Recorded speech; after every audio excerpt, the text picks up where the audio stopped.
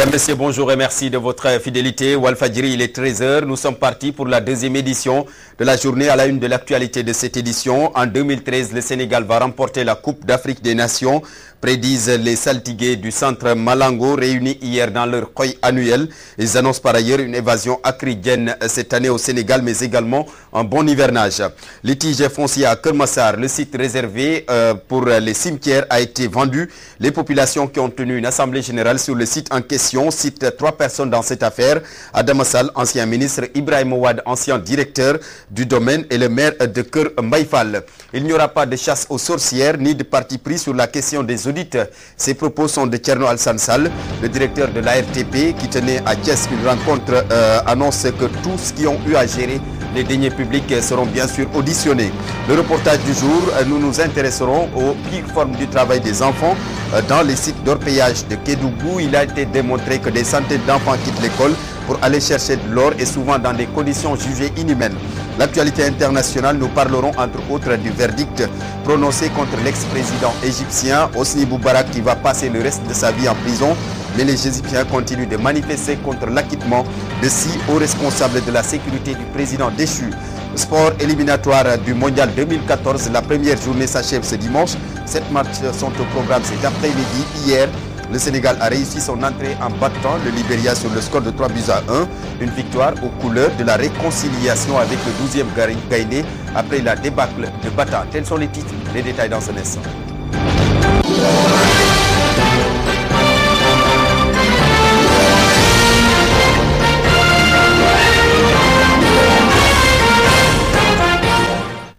Tout d'abord, ce litige foncier à Ouakam, le collectif des Lébou continue de réclamer ces terres. Il rappelle aux nouvelles autorités qu'il s'oppose à tous travaux sur le littoral et la bande de terre qui est près de la mosquée de la divinité. Les populations de Ouakam, le collectif des Lébou précisément, a tenu un sitting justement devant la mosquée de la divinité. Un reportage de Mansour Diouf à suivre dans nos prochaines éditions. Keur Massar, le site réservé pour les cimetières a été vendu. Une vente qui fait objet de polémique car les populations ignorent le vendeur de leur site. 3 noms ont été cités dans cette affaire. Adama Sall, ancien ministre, Ibrahima Wade, ancien directeur du domaine, ainsi que le maire de Keur Mbaye. Les populations ont tenu une assemblée générale sur le site en question pour interpeller les autorités. Correspondance Najib Sagna. Qu'est-ce qui a vraiment vendu l'unique cimetière de Keur Massar à la famille Sall de Louga entre Ibrahima Wade, ancien directeur du domaine, le ministre Adama Sall et les autorités municipales de Keur Massar? Le comité d'action pour la rénovation de Keur Massar ne comprend toujours pas qu'est-ce qui a osé vendre le cimetière. En assemblée générale ce samedi, ignorance. Presque beaucoup d'autorités qui sont derrière. Il y a le directeur, l'ancien directeur du CANAS, un certain Ibrahima Wade, le directeur même des impôts. Tous sont impliqués dans ce problème. C'est l'unique site que nous avons vraiment et qui couvre une zone assez vaste.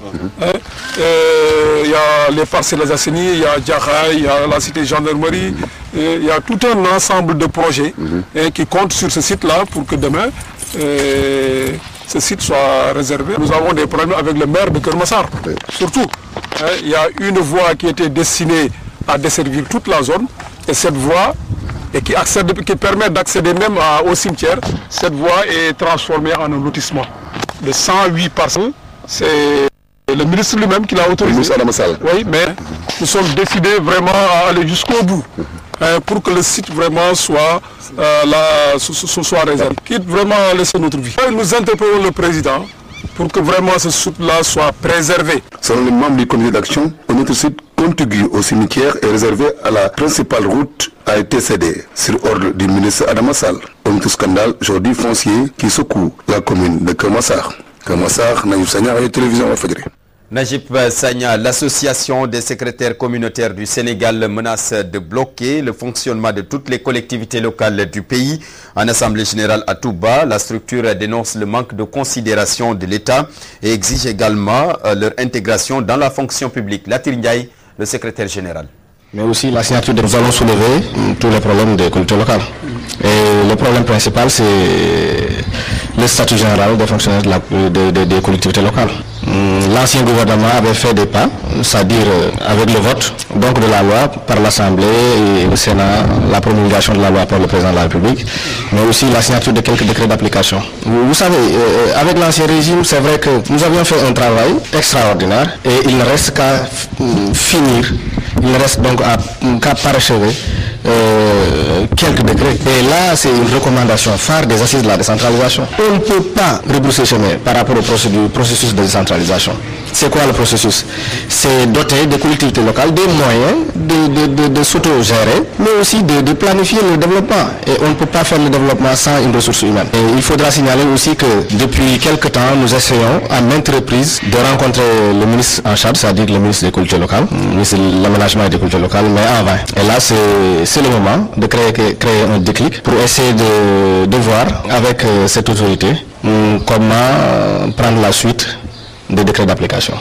Donc nous pensons que d'une manière ou d'une autre, le ministre va nous recevoir. Et il est tenu de nous recevoir. Sinon aussi nous avons des moyens de pression. On peut bloquer les cultures locales, ça c'est sûr et certain, on peut le faire. Latir Ndiaye, le secrétaire général de l'Association nationale des secrétaires communautaires du Sénégal.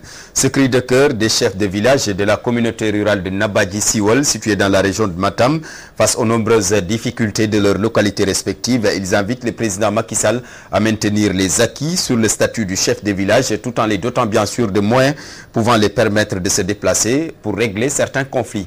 La correspondance d'Amadou Issa Kane.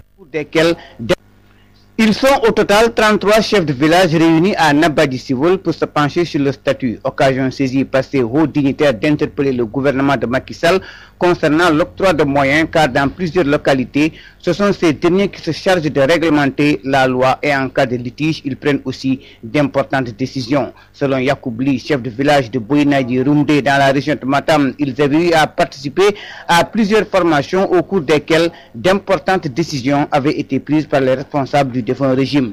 Il s'agit entre autres de renforcement de capacité et de dotation de véhicules. À l'approche de la saison des pluies, certaines routes deviennent aussi impraticables et pour se déplacer même, il faut un véritable travail de titan pour la plupart de ces dignitaires qui sont sexagénaires. Autrement dit, ces chefs de village rappellent au président Macky Sall la promesse faite par Abdoulaye Wade à leur égard. Ils se démarquent aussi de toute idée de faire une marche pour manifester leur colère ou leur ras-le-bol, et leurs dignitaires soutiennent mordicus qu'ils iront jusqu'au bout de leurs efforts pour obtenir gain de cause. Et dans les tout prochains jours, ils vont tenir également une autre assemblée générale, toujours à Nabadji Siwol, pour rappeler au gouvernement ses prérogatives, mais aussi surtout faire de telle sorte que leur doléance soit définitivement satisfaite. Nabadji Siwol, Amadou Issa Kane, Radio-Télévision Walfadjri. Amadou Issa Kane, et puis noter que les chefs de village de la communauté rurale de Nabadji Siwol étaient en assemblée générale. Il n'y aura pas de chasse aux sorcières, encore moins de parti pris sur la question des audits. Propos de Thierno Alassane Sall, le directeur de la RTP, qui a tenu une rencontre à Thiès, salue par ailleurs la sortie de l'église catholique sur justement ces audits et précise que tous ceux qui ont eu à gérer les deniers publics seront bien sûr auditionnés. Ces propos sont recueillis par Ramatoulaye Sarr. Pays au monde, prendre quelqu'un, j'ai du mal à comprendre les Sénégalais en ces moments. Parce que quand il s'agit d'un voleur de poulet ou d'un voleur de moutons, tout de suite on allait le lyncher sur la place publique. Des gens sur qui portent des présomptions de milliards ont des moyens d'aller s'acheter les meilleurs avocats ou les meilleurs relais pour pouvoir inonder la presse de complaintes comme quoi on est en train de faire une chasse aux sorcières. Il n'en est absolument rien. On ne peut pas dans ce pays, ni dans aucun autre pays au monde, prendre quelqu'un contre qui on n'a rien et l'emprisonner. Ça, c'est des temps révolus. Mais c'est ce qui ont pris de l'argent public devrait rendre compte. Et sous ce rapport, je salue vraiment la position de l'Église catholique qui dit que ceux qui ont pris de l'argent doivent rendre cet argent. Cette route-là, quand il pleut, c'est une route inondée. L'hôpital régional, les écoles de toute la ville de Thiès sont des écoles qui sont en train de crouler. Il y a des gens qui se sont, passez-moi l'expression, empiffrés à coups de milliards. On ne peut pas les laisser passer. On ne peut pas laisser les gens croupir pour des vols de bétail dans des prisons pour 2 mois, 6 mois, attendre des jugements. Personne ne s'émeut que dans les prisons de la République dorment des gens depuis des mois, alors parce que simplement la justice est lente. Et à l'ère des gens qui ont volé des milliards, on puisse dire que non, on est victime d'une chasse aux sorcières. Il n'y a pas de chasse aux sorcières.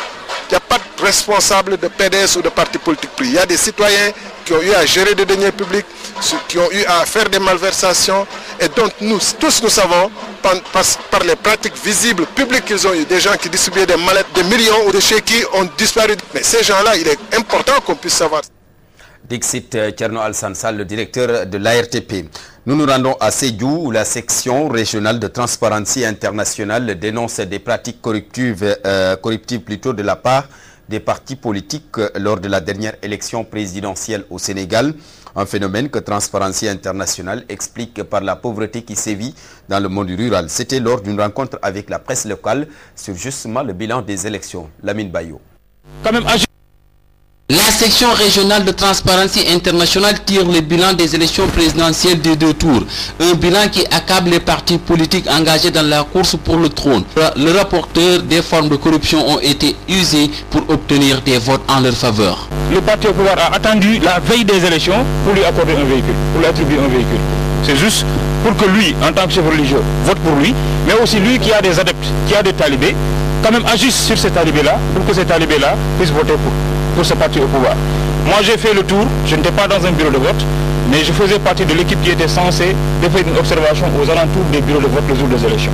Et je vous dis que j'ai vu, je suis témoin oculaire de leaders du parti au pouvoir comme de l'opposition, qui jusque dans les bureaux de vote donnaient de l'argent. Jusque dans les bureaux de vote. J'ai même vu Selon ce même rapport, le facteur qui favorise cette pratique a pour soubassement la pauvreté et l'ignorance. Bien avant les élections. Mais ça, c'est des pratiques parmi tant d'autres. Hein. Ouais. Tout parti confondu.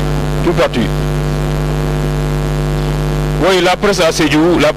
Cette structure qui s'est engagée dans le cadre de la transparence électorale et l'équilibre entre les formations politiques a laissé entendre qu'elle usera de tous les moyens pour freiner la pratique corruptive qui vide les élections de leur substance. Sédhiou, Walfadjri Radio TV, Lamine Bayo.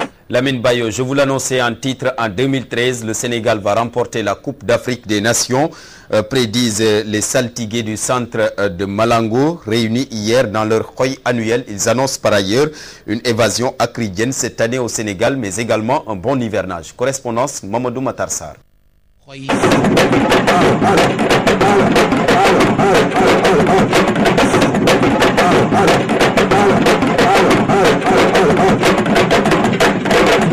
Avis d'assaut de cricket au Sénégal cette année. C'est la principale information sortie de la cérémonie divinatoire communément appelée Khoy du centre Malango de Fatick.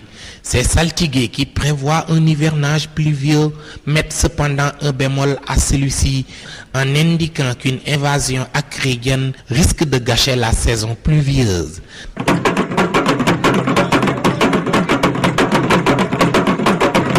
Se voulant plus précis, la Ndiaye de Sangay, Guèye Diouf de Joal, Abdou Khadr Ndiaye de Diaoulé, Maye Diat de Ngayoxen, Ami Faye, Wali Faye de Khar Ndiaye et Khan Diouf de Diakhao indiquent que le démarrage de l'hivernage se fera un samedi dans la deuxième quinzaine du mois de juin. Autre catastrophe, la foudre qui va encore faire une victime dans le Jolof cette année. Ces saltigués précisent même qu'il s'agit d'un jeune berger.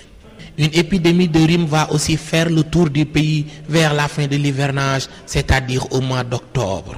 Concernant la situation dans le sud du pays, les saltigués de Malango ont montré une certaine divergence à ce sujet. Car là où les uns prédisent une résolution du problème par le régime de Macky Sall, d'autres se sont montrés plus réservés, soutenant que ce sera une des difficultés à laquelle le pouvoir de Macky sera confronté. Attention,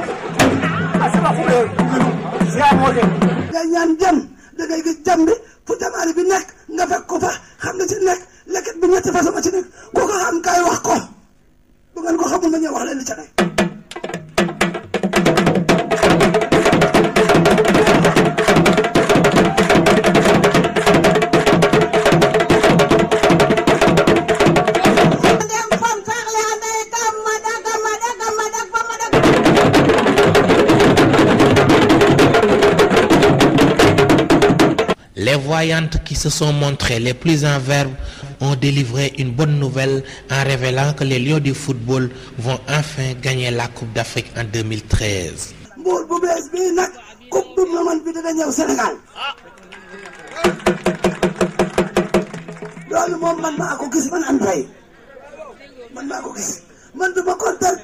La séance a été comme d'habitude rythmée, pleine de défis, de confirmation ou d'information entre saltigués venus d'horizons divers avec des positions parfois antagoniques sur certains sujets très attendus par les citoyens sénégalais. Saltigi sangay, man saltigi sangay. Man buma dugul ci xoy bi do am xoy.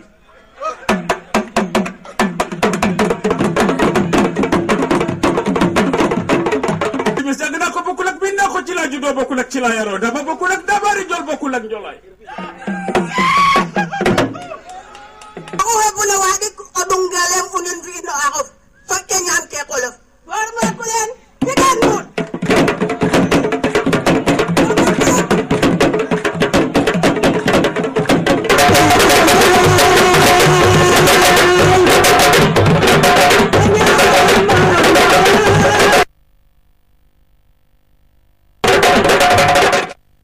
Kaolack, Mamadou Makhtar Sarr pour la radio-télévision Walfadjri. Mamadou Makhtar Sarr, merci sur ce recueil des saltigués du centre Malango. C'était hier, les saltigués donc qui annoncent entre autres que le Sénégal va remporter la Coupe d'Afrique des Nations en 2013. Ils annoncent également un bon hivernage. La suite du journal et nous en arrivons au reportage du jour sur les pires formes du travail des enfants dans les sites d'orpaillage traditionnels à Kédougou.